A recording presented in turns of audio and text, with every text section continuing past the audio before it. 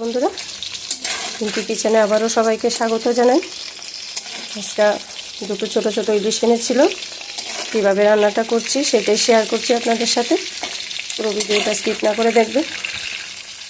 নুন হলুদ মাখিয়ে একদম হালকা করে মাছগুলি ভেজে নেব। এখানে সাদা সর্ষে আর কাঁচা লঙ্কা একটু বেশি নিয়েছি, ঝাল ঝাল করে করব।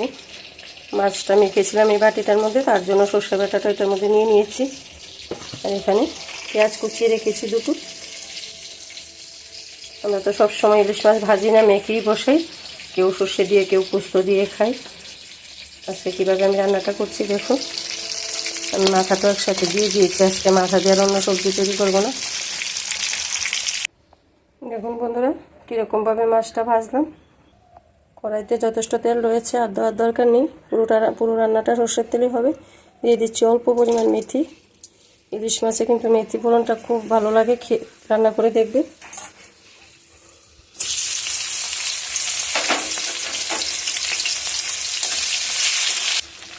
দিয়ে দিলাম সামান্য একটু চিনি আর নুন। চিনিটা দেওয়াতে পেঁয়াজটা তাড়াতাড়ি লাল হয়ে যাবে, আর নুনটা দিয়ে পেঁয়াজটা সেদ্ধ হবে। পেঁয়াজ বাদামি কালার হয়ে গেছে, এখন সর্ষেটা দিয়ে দেবো। আমি জলে গুলে রেখেছি।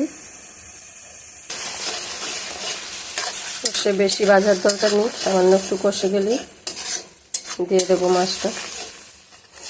আর একটা কথা, আমার রান্নাগুলি যদি আপনাদের পছন্দ হয়ে থাকে প্লিজ বন্ধুরা লাইক শেয়ার কমেন্ট করবেন। সবার পাশে দাঁড়াতে হবে, নতুবা কীভাবে এগোবো। চ্যানেলটাকে সাবস্ক্রাইব করে আমার পাশে থাকবেন। এই পর্যায়ে এখন আমি মাছগুলি দিয়ে দেবো, দিয়ে অল্প কষিয়ে তারপরে আবার একটু জল দেবো। বেশি মাখা মাখা রাখবো না, একটু হালকা পাতলা ঝোলেই থাকবে। দেখুন সর্ষের গা থেকে তেল ছেড়ে দিয়েছে, এই পর্যায়ে একটু জল দেবো। গ্যাসের আঁচটাকে কমিয়ে সামান্য পরিমাণ ফুটিয়ে নেব 4-5 মিনিট। উপর থেকে একটু কাঁচা সর্ষের তেল ছড়িয়ে দিয়ে সার্ভ করে দেব। ইলিশ মাছ আমার একদম তৈরি। অল্প পরিমাণ সর্ষের তেল ছড়িয়ে দিচ্ছি।